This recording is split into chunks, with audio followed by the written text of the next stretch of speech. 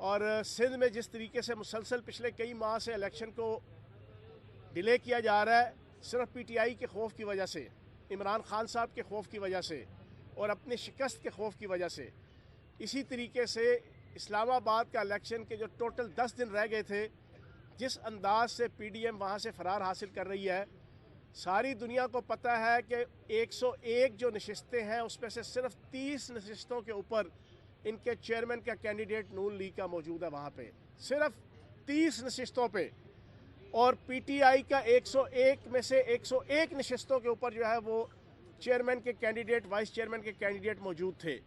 ان کو وہاں پہ کینڈیڈیٹ نہیں مل رہے تھے، اسلام آباد کی پڑھی لکھی آبادی کہ جو نون لیگ کا نام سننے کو روادار نہیں ہے، پی ڈی ایم کا نام سننے کو روادار نہیں ہے، خصوصاً پچھلے 8 مہینے کی ان کی چتر چلاکیاں، ان کی ملک اور قوم سے بے وفائیاں اور ان کی مس مینجمنٹ اور ان کی پاکستان کی معیشت کو اور عوام کو تباہ کرنے کے جو عمل ہے اس کو دیکھ کر اب انہوں نے اپنی عافیت اسی میں جانی کہ کسی نہ کسی بہانے سے، جیسے سندھ کے اندر کراچی اور حیدرآباد کے الیکشن کو ڈیلے کیا جا رہا ہے، انہوں نے اسلام آباد کا الیکشن بھی ڈیلے کرنے کی کوشش کی ہے، جس کی پرزور مذمت کروں گا۔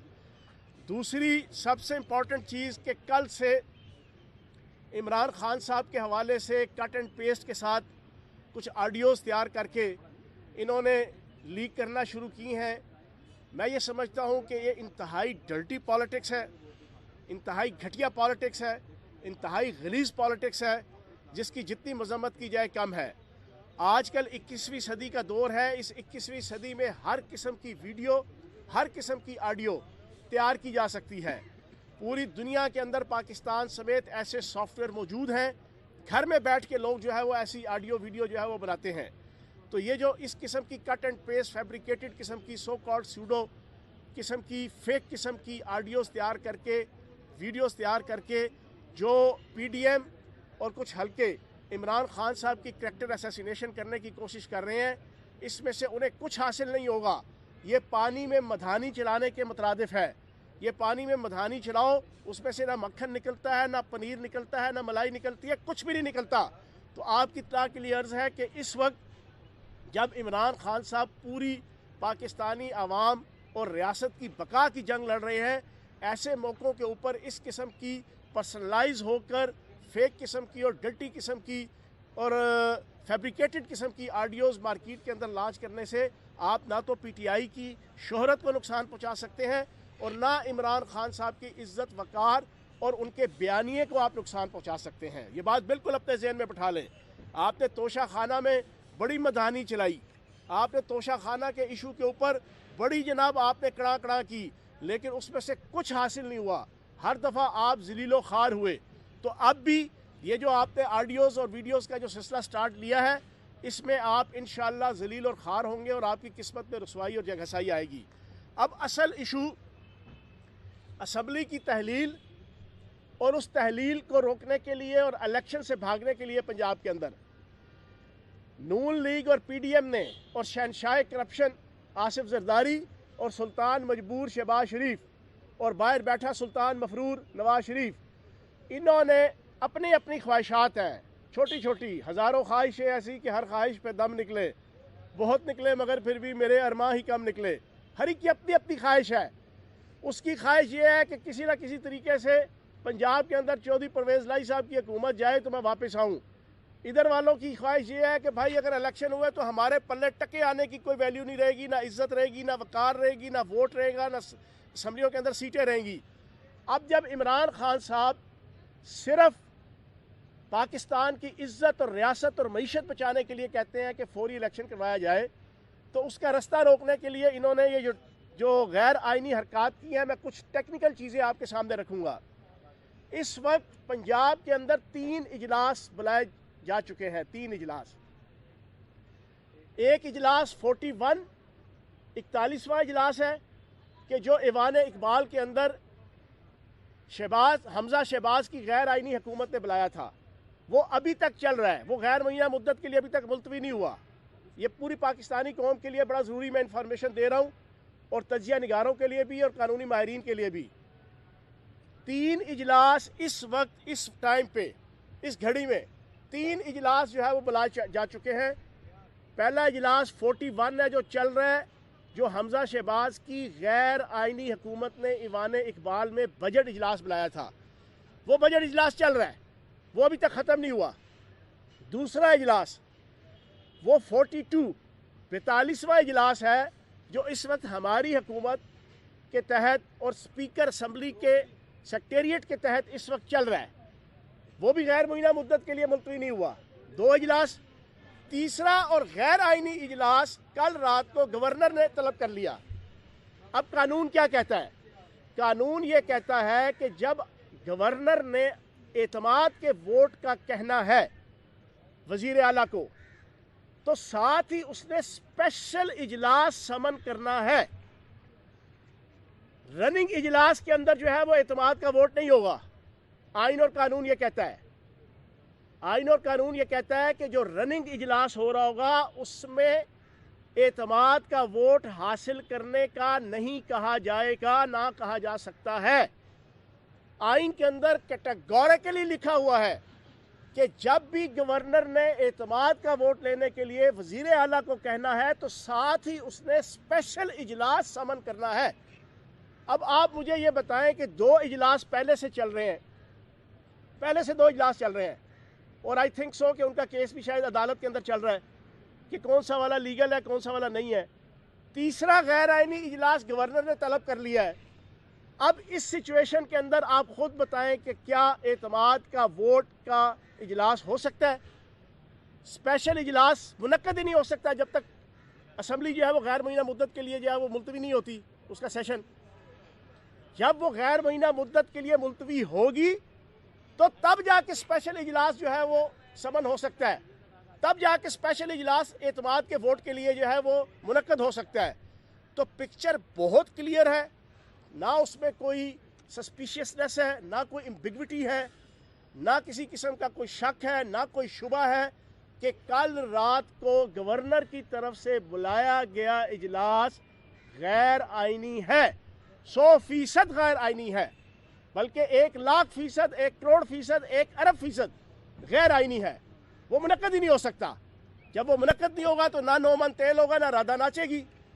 تو جناب والا یہ تو چیز ہے، یہ پکچر میں نے آپ کے سامنے آئینی اور قانونی رکھی ہے، اور میں دعوے سے کہتا ہوں پاکستان کا کوئی اس کانسٹیٹیوشن کا ماہر میری اس بات کو رد کر دے، میں پوری پاکستانی قوم کے سامنے آ کے معافی مانگوں گا کہ کیا آئین پاکستان کے اندر یہ نہیں لکھا ہوا کہ گورنر نے جب بھی وزیر اعلیٰ کو اعتماد کا ووٹ کا کہنا ہے تو اس کے لیے اسپیشل اجلاس سمن کیا جائے گا۔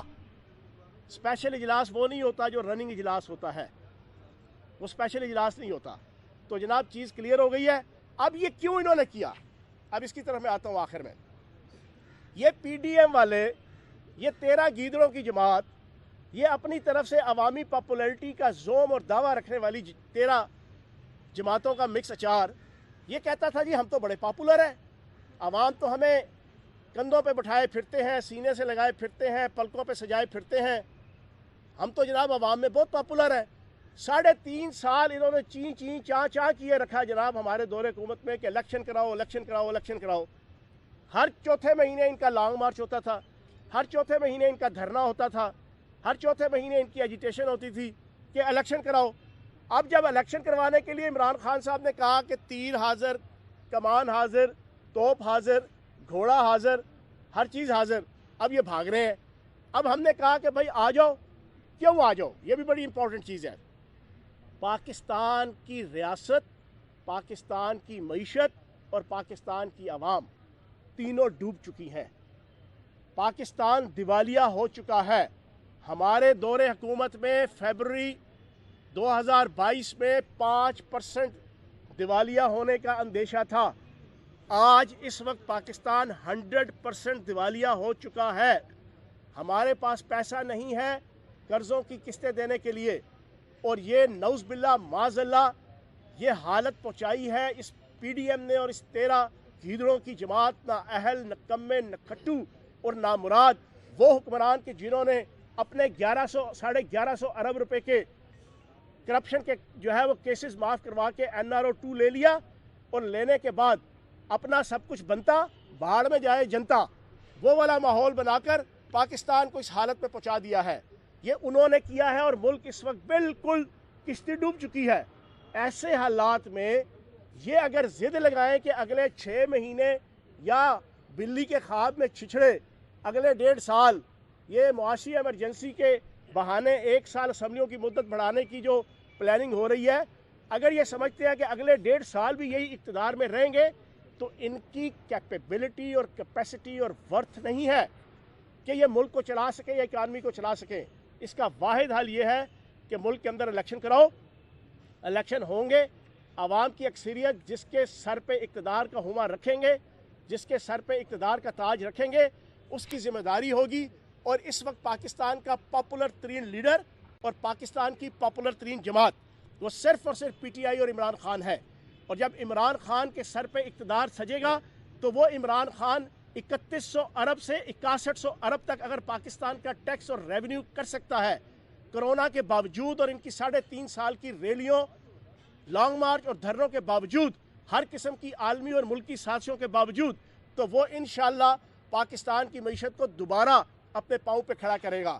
وہ اگر 25 ارب ڈالر سے 32 ارب ڈالر پہ ایکسپورٹ لیول لا سکتا تھا، وہ اگر 22 ارب ڈالر سے 31 ارب ڈالر تک فارن ریمیٹنس لا سکتا تھا، وہ اگر پچھلے 25 سالوں کی ہسٹری میں پہلی دفعہ 6% گروتھ ریٹ لا سکتا تھا، وہ اگر پچھلے 25 سال کی تاریخ میں پہلی دفعہ انڈسٹریل گروتھ ریٹ 10.6 لا سکتا تھا، تو جناب انشاءاللہ اب بھی وہ اور اس کی ٹیم پاکستان کو بچانے کے لیے اپنا کردار ادا کر سکتی ہے۔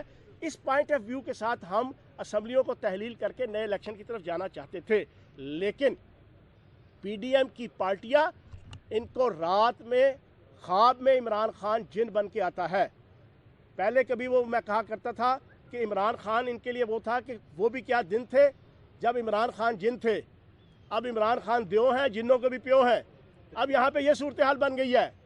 آج سے 3 سال پہلے عمران خان ان کے لیے جن تھے، آج عمران خان ان کے لیے دیو ہیں۔ ان کو رات کو بھی ہڑبڑاتے ہوئے اٹھتی ہے بیگم صفدر بھی، سلطان مفرور نواز شریف بھی، سلطان مجبور شہباز شریف بھی، شہنشاہ کرپشن آصف زرداری بھی، یہ سارے کے سارے صرف اور صرف عمران خان کا جو دیو ان کو ہر وقت ڈراتا ہے۔ انہیں پتہ ہے کہ الیکشن کے اندر یہ دیو اور بڑا ہو کے ہمارے سروں پہ مسلط ہوگا اور ہماری سیاست کا دھڑن تختہ کر دے گا۔ اب یہ اس سے بھاگنے کے لیے یہ غیر آئینی حرکتیں کر رہے ہیں۔ انشاءاللہ یہ اس قسم کی حرکتوں سے 2 4 6 دن 10 دن جو ہے وہ اس چیزوں کو شاید ڈیلے کر سکیں گے۔ ادروائز عمران خان صاحب بھی ادھر موجود ہے، اسمبلی تحلیل کرنے کا فیصلہ بھی موجود ہے۔ اور آخر میں ایک چیز سب سے امپورٹنٹ، اس پورے کرائسس کے اندر چودھری پرویز الہی صاحب نے ثابت کر دیا کہ وہ عمران خان صاحب کے ساتھ کھڑے ہوئے ہیں۔ یہ جو چاروں آپشن انہوں نے اویل کیے، انہوں نے اس وجہ سے کیے کہ چودھری پرویز الہی ان کی پچ پہ آ کے کھیلنے کو تیار نہیں ہوئے۔ یہ چاروں آپشن انہوں نے اس وجہ سے اڈاپٹ کیے کہ چودھری پرویز الہی ان کی منشا، ان کی سوچ، ان کی فکر، ان کی آئیڈیالوجی، ان کے اسکول آف تھاٹ، ان کی سازش اور ان کی پلاننگ کے اندر شریک نہیں ہوئے۔ اگر وہ شریک ہوتے تو شاید وہ یہ چاروں چیزیں نہ لے کر آتے۔ تو انشاءاللہ چودھری پرویز الہی صاحب بھی، چودھری مونس الہی صاحب بھی اور کاف لیگ 100% پی ٹی آئی کے ساتھ کھڑی ہے، عمران خان صاحب کی قیادت پہ کھڑی ہے، اور اس پی ڈی ایم کی ہر سازش کو انشاءاللہ ہم ناکام اور نامراد بنائیں گے۔ چوہان صاحب یہ بتائیں کہ ابھی پاکستان کے وزیر داخلہ نے یہ بیان کیا ہے کہ اگر کل اعتماد کا ووٹ نہ ہوا تو وزیر اعلیٰ ہاؤس کو سیز کر دیا جائے گا۔ اس کے ساتھ دوسرا ایک تو اس پر کمنٹ کر دیے گا، دوسرا اس کے ساتھ جو آپ کی گفتگو ہے وہ موسٹ پروبیبلی یہ بتا رہی ہے کہ اب اس کے بعد کم از کم جو آپ کا اجلاس ہے وہ آپ کل نہیں بناتے، آپ 2 4 دن آگے لے کے جائیں گے۔ دونوں پہ کمنٹ کر دیں۔ پہلی بات تو یہ ہے، رانا ثناء اللہ عقل کا اندھا ہے، فکر کا لولا ہے، دانش کا لنگڑا ہے، قبضہ گروپ ہے، قاتل ہے، اس کو ان چیزوں کے علاوہ پتہ کوئی نہیں۔ وہ جہاں سے بول رہا ہے ہمیں پتہ ہے، اس کو اگر ہمت ہے نا تو وزیر اعلیٰ پنجاب کے سیکریٹریٹ پہ آئے جائے نا، اسے پتہ چل جائے گا۔ وہ بزدار صاحب سے، یہ چودھری پرویز الہی صاحب ہیں، وہ انتہائی شریف النفس تھے، یہ صرف شریف النفس ہیں، ٹھیک ہے نا۔ اور یہ اگر سمجھتے ہیں کہ پہلے والے جو نا یہاں معاملات ہر چیز آئین اور قانون کے مطابق چلے گی، میں نے آپ کے سامنے ساری پکچر رکھ دی کہ جب 2